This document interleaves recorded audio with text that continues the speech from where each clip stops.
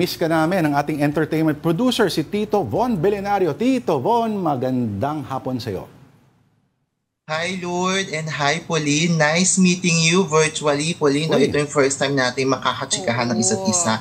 At syempre, happy Monday sa ating mga kapatid na nanonood ngayon ng Afternoon Delight. At ito na nga, pasabog this week dahil ibabalita na namin sa inyo ang maiinit na entertainment news. Unang-una na nga rin, itong Gawad Urian 2024 kung saan ilan sa mga bigating artista ang dumalo at nanalo nga riyan sa prestigious Gawad Urian 2024 kamakailan o nung last Saturday. Siyempre, ilan sa mga big winner bilang Best Supporting Actor si Ronnie Lazaro, Best Supporting Actress si Dolly De Leon, Best Sound ang E.T. Mapukpukaw, Best Music ang Third World Romance, Best Editing ang The Gospel of the Beast, Best Production Design ang Third World Romance, Best Animation ang E.T. Mapukpukaw, Best Cinematography ang Gumboysa, of course, ng Jescom at ng MQuest, Best Screenplay ang si Direk John Robles Lana para sa About Us But Not About Us,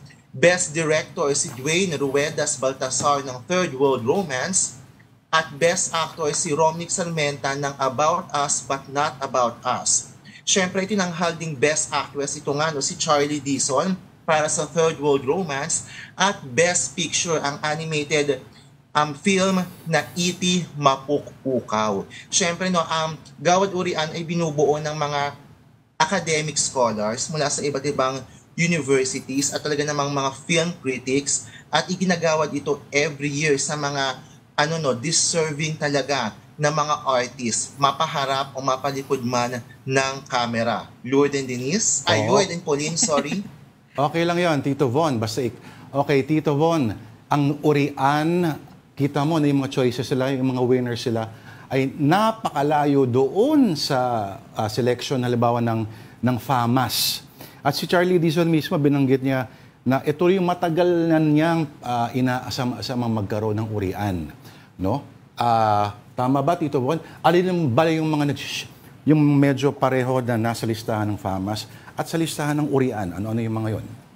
Normally, sa mga nominees, halos, hindi naman halos, may pagkakaparehas yung mga nominees, lalo na sa Best Actress category, dito nga sa FAMAS at sa Urian. Siyempre, yung A Very Good Girl, si Catherine, nominated both FAMAS at saka sa Urian. Itong si Charlie, nominated din for both award-giving body. At tama ka dyan, Lloyd, itong Gawad Urian talaga ay isa to sa mga inaabangang award-giving body. Hindi lang ng mga, hindi lang ng mga film enthusiasts, kundi ng mga artists themselves. Kasi nga, ang nagdidesisyon at nagdidikta ng winners dito ay mga talaga film critics, mga someone from the academe, kumbaga.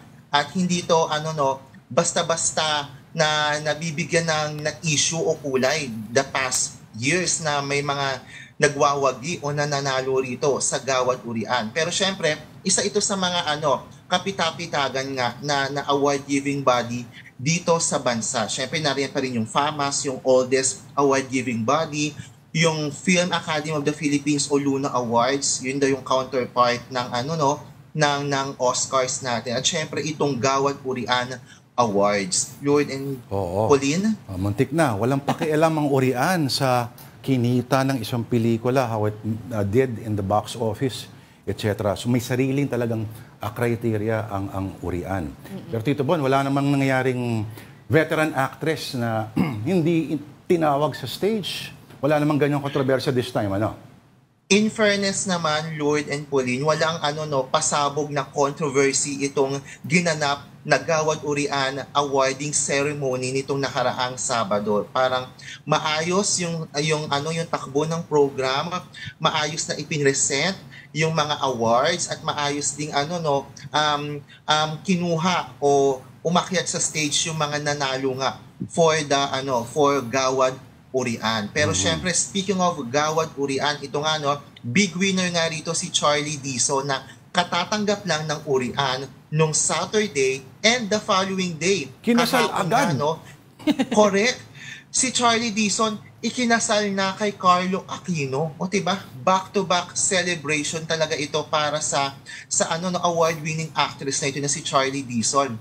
So, ang ito ngang wedding nila Carlo at Charlie ay ginanap sa isang resort, sa isang private events place sa Cavite kahapon around 5 in the afternoon, at bigatin din no, yung kanyang mga bisita. Siyempre, ilan sa mga bisita nga ni na Carlo at Charlie dito, kabilang sa kanilang mga ninong at ninang, ay sina Sylvia Sanchez, sila Rhea Tan, sila Maricel Soriano, sina Lani Mercado, Senator Bong Revilla, at mga big boss nga nila no, sa ABS-CBN, sila Olivia Lamasan, Charo Santos Conso, Carlo Katigbak, Cory Vidanes, Lorente Jogi, at syempre ang batikang actress din na si Vilma Santos Recto. At syempre, dumalo rin rito yung mga malalapit na kaibigan at kaanak nga ni na Carlo at Charlie sa labas at loob ng showbiz industry. So kung matatandaan nyo,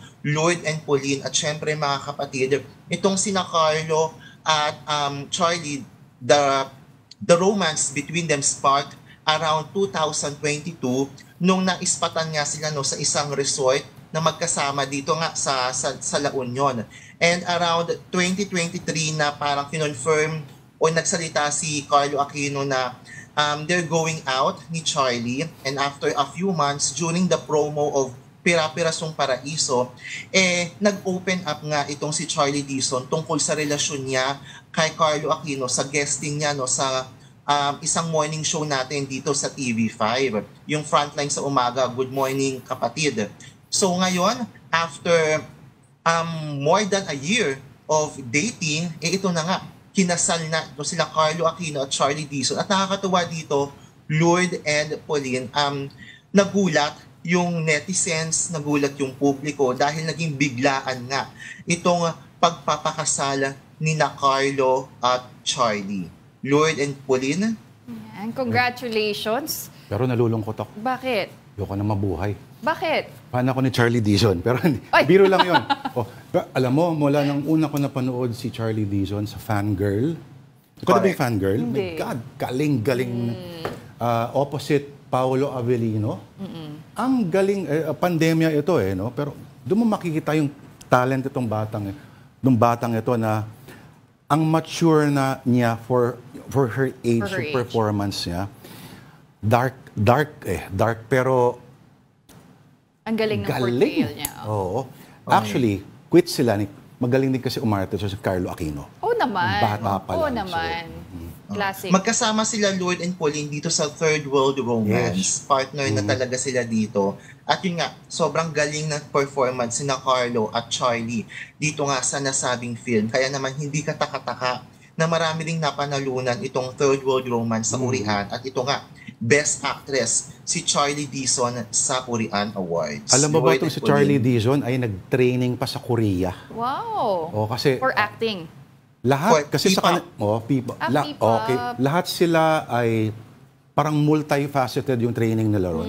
Music, dancing, tama ba Tito Bon, ano? Acting. Correct. Parang nag-training for a K-pop itong si Charlie, at may mga ilan nga siyang kaibigan doon na K-pop artist na nakasabayan niya sa training. But ito nga, she decided to go back here sa Philippines at ipagpatuloy nga itong acting career niya. At hindi naman siya nagkamali, no, dahil sunod-sunod nga yung mga proyekto niya, hindi lang magagandang proyekto, kundi mga award-winning projects, both sa television at sa movie. And latest nga, itong syempre, Gawad Urian na ibinigay kay Charlie Dizon. Lord and Pauline. Alam mo, tama ka dyan, Tito Bon. Say something, just a few notes about the Best Actor Awards. Ano? Yung kay Romnick Sarmiento, yung pelikula ni Direk June Lana, yung About Us But Not About Us. Oo. Yun din, makikita mo rin yung taste ng Urian. Kasi hindi siya yung overtly dramatic performance na hysteric. Yung subtle Subtle. Parang mas matandang gay lover. Teacher, professor. Professor, teacher na yung gradations at kita mo, isang setting lang yan kung tutuusin mo, Pauline. Isang setting lang, sa isang cafe restaurant lang. Pero makikita mo yung camera movements. Throughout the movie? Throughout the movie, isa lang talaga yung lugar. Okay. Oo. At yan, at hindi mo feeling na static. Yes. Merong forward motion lagi yung narrative. Oo, pero yan, Congratulations. Correct. Kaya siguro nanalo ring best screenplay si Direk Ah, yes. Jun Lana. Of course. Grabe yung script nito. Grabe yung script nito, Pauline and Lloyd. Ang ganda nung dynamics ng characters ni Romnick at Elijah. Yes. Nakakagulat yung twist sa dulo, Lloyd, na may ganun palang factor tong sina Romnick at Elijah. Yun lang naman yung chika. Oo, ang chika ko rin. Alam mo dati, nakasalubong ko si Romnick Sarmienta Oh. sa Shangri-La. Kinilig ako eh. Ikaw yung kinilig. Oo.